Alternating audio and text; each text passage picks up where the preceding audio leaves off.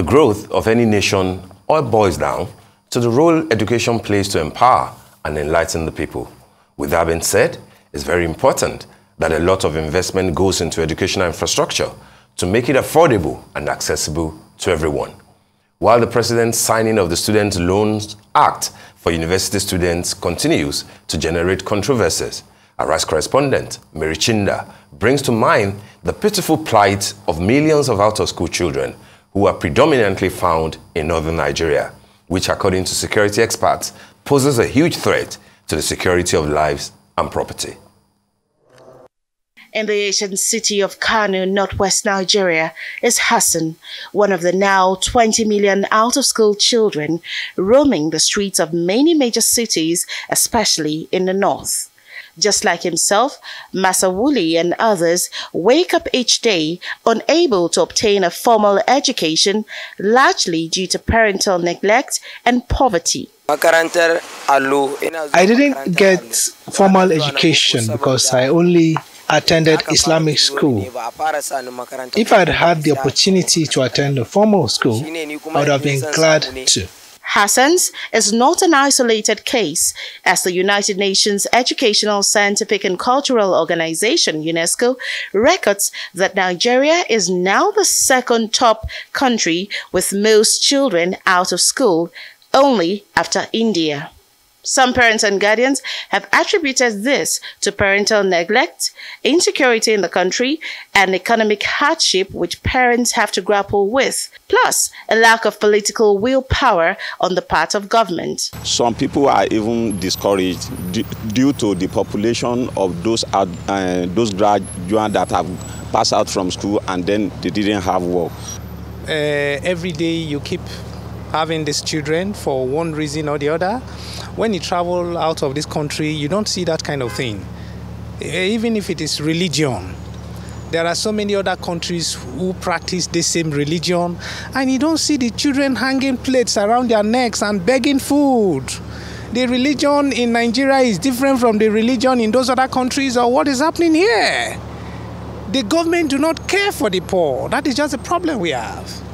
A country where they pay some workers 30,000 and then some of the other workers in the National Assembly who call themselves senators. With 244 million children and youths between the ages of 6 to 18 still out of school worldwide, according to UNESCO, its vision is to slash the number by half in 2030. But experts in the Nigerian educational system say the country risks breeding an increased illiterate population in the north, which may lead to a likely spike in insecurity and terrorism. The issue of out-of-school kids is national, so it's not just in the north. Working with UNICEF recently within the post-COVID, as you know, COVID also brought its own new challenges of potential kids who you're trying to bring them to school, but now COVID comes and everyone is stay at home. Now pulling them back, even the ones that were in school went home, pulling them back into school. As a country, we need to wake up to that reality. We need to invest more in education. As you know, our national budget for education is far below the standard. You know, we need to invest more, in terms of ensuring that kids have proper learning aids within the school, training, incentivizing teachers. As thousands of children in nursery, primary and secondary schools get ready to mark the end of yet another academic session in Nigeria, it behoves on the new administration to combat the menace of out-of-school children in Nigeria, particularly in the northwest and northeast regions. Mary Chinda, Arise News. So how do we tackle and rectify the deficits in the educational sector? Joining us to discuss this and more is Andy Ayo, CEO, Excellence Community Education Welfare Scheme. Good morning, Andy. Good to have you on the morning show today. Good morning, Shay. Good morning, Nigerians. Good morning. All right, let's talk about this subject. I mean, this is something that is not going away out of school children.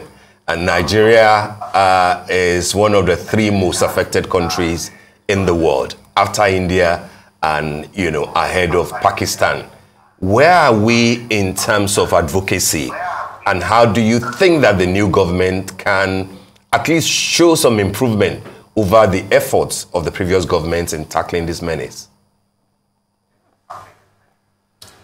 Yeah, sure. It still remains. In terms of advocacy, thank you so much for your questions. And, all right, Andy. This is actually Steve. Andy, this is Steve. Sheito is my co-anchor. So sorry, Steve. that's fine. I appreciate it, absolutely. All right. Okay, so it's a big challenge. I think for us as a country, we need to prioritize education.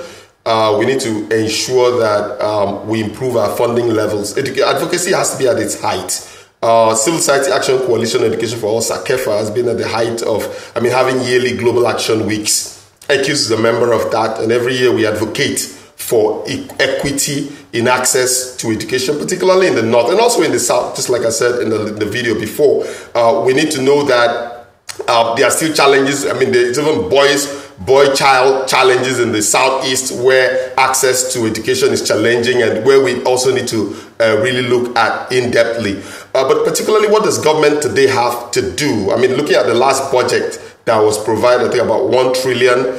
If we look in 2015, it went up to about 10% of the budget, where UNESCO projects about 15 to 20% of the budget expended on education. And if you look at that, quite a limited amount goes on infrastructure. But you would say that funding is a major issue that must change. And application of funding also has to change. We have to make sure that the learning spaces, learning aids are provided for our children, particularly the young ones, and we improve our preschool learning. Particularly in the North also, insecurity has really become a big challenge. Poverty is a big driver of this. We all look at poverty as being a big driver of insecurity. The last government did invest quite a bit in school feeding programs, and that brought quite a number of kids back to school. We're part of that third-party monitoring of the conditional cash transfer. But if we look at the school feeding, even though it wasn't as regular as it should be if you ask people on the field, but it did improve access in a context. I think poverty is a major concern. We have to begin to deal with issues of poverty alleviation, whether we're using, ensure that we have school attendance rates that are high. We know that half of the girls in the North do not attend to school based on the data available to us from UNICEF. And we need to improve all of this. So as a government today, there has to be a strategic decision. First, to improve funding. Second, to also improve the quality of teacher education, because teacher education is the basic. You can't give what you don't have. Our teachers today are not as motivated. They don't get enough adequate training. The UBE is trying, but like we say also, thank God now, well, let's say taking out the fund that has been going to subsidy, let's assume that those resources will come back. Because it's been assumed that the funds that would have come to education have gone into subsidy. So do we see those resources come back into teacher education? We need to improve our teachers' learning, our teacher certification process. The Teacher Registration Council has come a bit stronger recently, but can we see more professionalism in our teaching workforce? We know what happened in Kaduna a couple of years ago, and I think some of those people were brought back in maybe due to pressure. But again, you can't give what you don't have. So as a country, we have to make up our minds to improve funding levels. We also have to make up our mind for teacher education and also improving our curriculum. Our curriculum needs to be improved. Currently, we need to add quite a lot. Our curriculum needs to be responsive to our labor needs, even at that local level. And if you look at currently what's happening, the curriculum is not necessarily bringing forth the people that we need to work with. But at that basic level, what children and all of us need, they need access. They need to be in school. They need to come out stronger. That way they are more informed. And that way, if they are better informed, then insecurity goes down in the North and even in the South. Because if you notice now, kidnapping has gone up even in the South. And all of this, when you find out what are the causes, young children out of school, not at their school posts, and predisposed to labor and predisposed to other challenges. Thank you so much, Mr. Ayo, for setting the tone of this conversation. And now I was reading the speech that you gave about 2 weeks at the anniversary of your organization in Abuja, where you commended the student loan scheme, but you also raised concerns about it. Now, in light of the controversy surrounding the president's signing of the Student Loans Act for university students, how can we strike a balance between ensuring affordable and accessible higher education while also addressing the pressing issue of millions of out-of-school children? I mean, you've spoken about an increase in the budget, but it seems like, you know, talking about it and actually implementing it are two different conversations. Yeah, I think, thank you so much, Sheyi, for that raising. Yeah, we think the student loan signing, it's a good omen. I mean, it's a good thing in the United States and other countries of the world. These are standard practices to assist people. But like I said, I mean, if people come out of school and they can't get jobs with the education that they've gotten, then how are they going to pay back the loans? And so there has to be a very intentional integration of our curriculum in the university with our needs as a country. So I mean, that's an integration of our curriculum. So where is our curriculum integrating with the manufacturing or the labor services need in our country to say, what are the needs? We need more people who can do apprenticeship, so are we developing people in that area so that when they come through, they get jobs? Are they just coming forth and then, they're not employable? So again, these are things that we have to deal with. And that connects also to even the issue of kids at the lower level, where you can find out that kids are not getting the right education that they need. But again, we're not even talking about the ones that get it. I mean, let's talk about the quality of what they get. Today, we're seeing about 100 kids to a teacher in the classroom. How much education can they get? There's pressure on the teachers as well. It could have been better. I mean, more classrooms are needed. I just talked about some friends yesterday, and they talked about the creeks. Yeah, we talk about up north, and thank God for the nomadic education that started by one of the presidents, President Jonathan. Then I don't know how much it was followed through with last administration, but that's something that needs inclusivity, so equity in education. So for us, we have children in the creeks in the Niger Delta where there are no schools, and we need to find a way of placing schools there and increasing access. So again, all of this beats to what we will become as a country. When kids come out of the university, how do they pay back these loans if they can't get jobs? How are we engaging, how are we stimulating the small and medium scale enterprise? How are we encouraging apprenticeships? So institutions like the NDE, the National Directorate of Employment, NAPEP that used to occur, or Sweden, how are we making them more functional so they can continue to build capacity, creating learning tech hubs where kids can go on and learn practical skills that have value, that people can pay for? Because if you come off from school and you can perform an act, if you get an electrical engineer come out of school and he can fix your electrical problems, you're going to pay value for it. But if it comes true and he can't fix the problem, then you're not going to pay value. So this is paradoxes that we have to think about as a country. All right, Andy. I mean, I like the way that you are explaining, how things need to improve. But I think that we should talk a bit more on how we got to where we are, particularly in the north. And in the creeks that you mentioned. I know that Bayelsa, for example, as rich in oil as Bayelsa is still, struggling with the challenges of out-of-school children. So my question specifically is, when we say the north is hard hit, where are we talking about? That's the first part of my question, because I know that under former Governor Kwakwanso in Kano State, it was said that a lot of successes were recorded, and it was succeeded by, if you like, a PhD holder, an academic of some sort. One would expect that, at least in a state like Kano, that things will be a lot better compared to other states where there are security challenges. And then secondly, we tend to talk more in terms of solutions and interventions about what the international agencies are doing, UNESCO, UNICEF, and what the federal government is doing. But what about the state governments and the local governments? Because primary education, for example, both the state and the local governments have a lot to contribute. Is there data as to specific intervention that your organization has encountered from states and local government, in many of the states in the north and in the south like Bayelsa, where things are really challenging? Yeah, thanks, Sheyi. I mean, thank you for the two questions. I'll try to figure them out from one context. So, but we can say, where is it coming from here? Misapplication of resources. and the want of it. But where are we coming from? We're coming from a system in the 80s where education was fairly okay for everyone. They were just coming out of school and getting, the right quality of education and getting employed. And then, the issues around misapplication of resources and corruption as a context, coming in and robbing these communities of the resources that they would have needed to have more schools built, to provide more instructional media, train more teachers, and generate the needs that will, or rather the solutions that will ensure that these needs are met.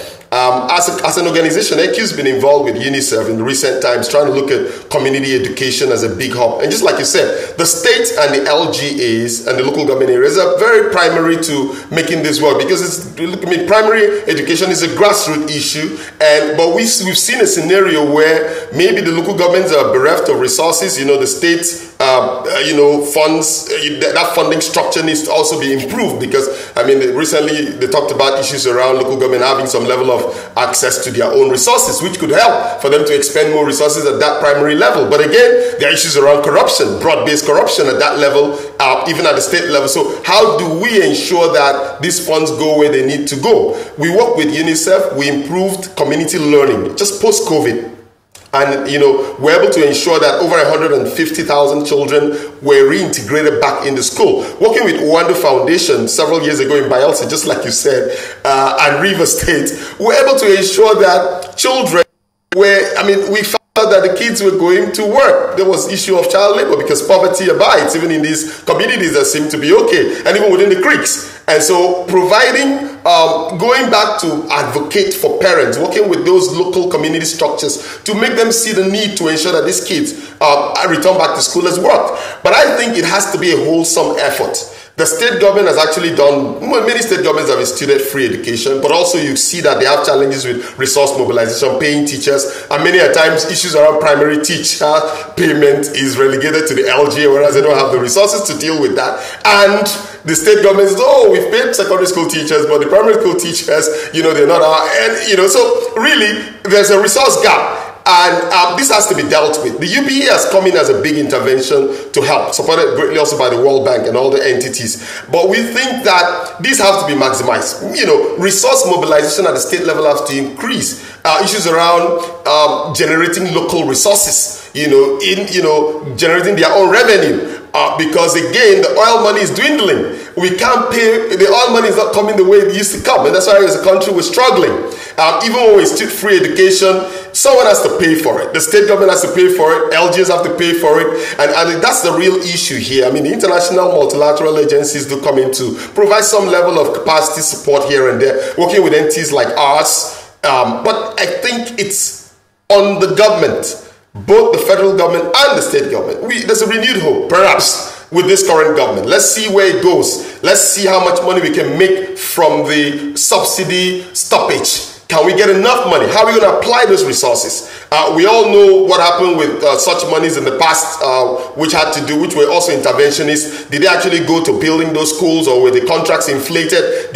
Some people use direct labor and ensure they build more schools? I remember Obi Ezekwesili did come up with a smart philosophy when she was Minister for Education, and that was something around, shared resources. So communities will bring some money, and then the state will bring some money, and they will fix the school. So there has to be that level of ownership also at the community level. There must be that level of ownership, making the community people know that they are also responsible for the future of their children. Okay, so, I like where this conversation is going, but let's also talk about out of the box remedies. Now, given the magnitude of the out of school children problem in Nigeria, can we talk about specific interventions or programs that can be implemented to identify and reach these children, particularly in hard to reach areas? How can technology and data be leveraged to improve the identification and tracking of out of school children? And we're talking about interventions tailored to meet the diverse needs of these children. Talking about age, prior educational background, and cultural sensitivities. What support mechanisms should be put in place? Catch-up programs, bridge courses, remedial education, vocational education as well. Because when we're talking about, I know education itself is important, but what about, training these children, giving them skills that they might not necessarily be able to, get, with the issue that is going on right now?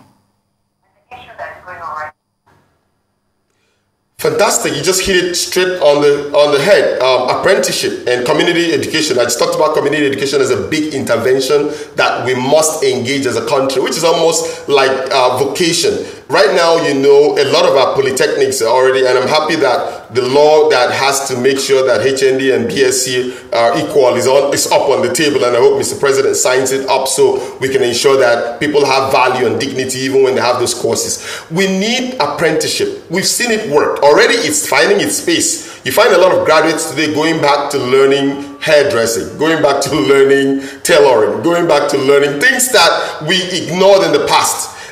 Because these are responsive skills that do generate resources. So definitely, community education has to be a big intervention. UNICEF, in partnership with EQs and a couple other entities, we did introduce this, creating those learning hubs, linking people to various areas, skill sets that they might like to adopt. We are a service country. Our country is largely a service-centered economy. So how do we generate people with the skill set to provide these services? And that brings us back. I mean, we can see within the Southeast how apprenticeship has worked for them in terms of improving access and employment over the years. How can we leverage on that, the ABBA, experience, and take it up north? So again, I think these are the interventions. This primary intervention, community education, would be very paramount, and also improving vocational education. So we see a lot of our technical schools not also being highlighted. Can we go back to these technical schools? Welding, we see a lot. I mean, we just as an organization, we just allow people to go learn how to drive cranes, how to drive, how to do simple things that earn money. Welding, can we get people underwater welding? Now, so these things are not introduced into our education curriculum. So can we bring them back? And I think this is a major step. Organizations like ours and other organizations and multilateral agencies are available to support this government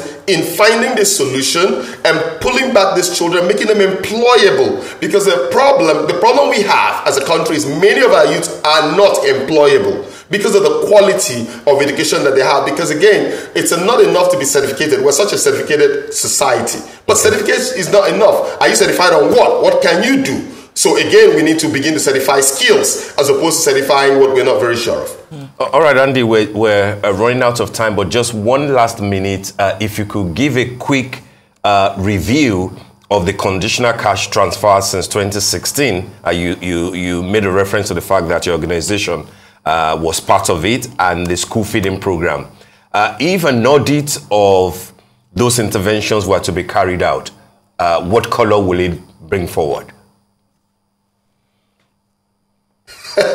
Well, luckily I'm not one of the auditors, but I'll start with, we were third party. EQs was a third party monitor on the conditional cash transfer, not on the school feeding. But so on the conditional cash transfer, I think that was one of the most laudable programs I would imagine, because yeah, as much as the scale may not have gone, because again, if you throw salt into a sea, it will just die off and it won't really bring the desired. In fact, it is evidence-based that conditional cash transfer is a poverty reduction strategy.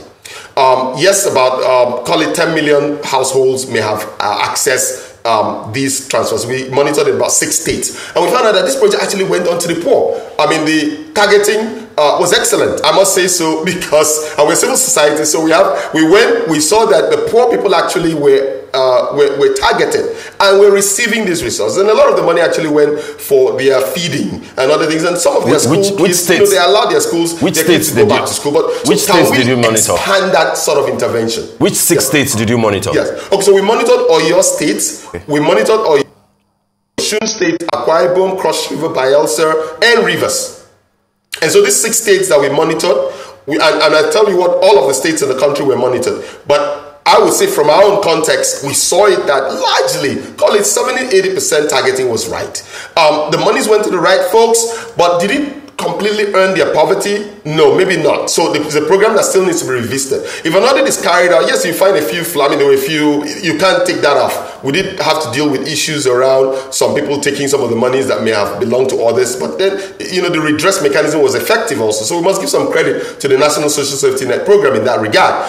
For the school feeding, I do know that we did see, we didn't monitor that, but from a personal view, I think it was a good project, but I think it may not have been as regular as it should be. The funding mechanisms were good, but it requires a lot of money.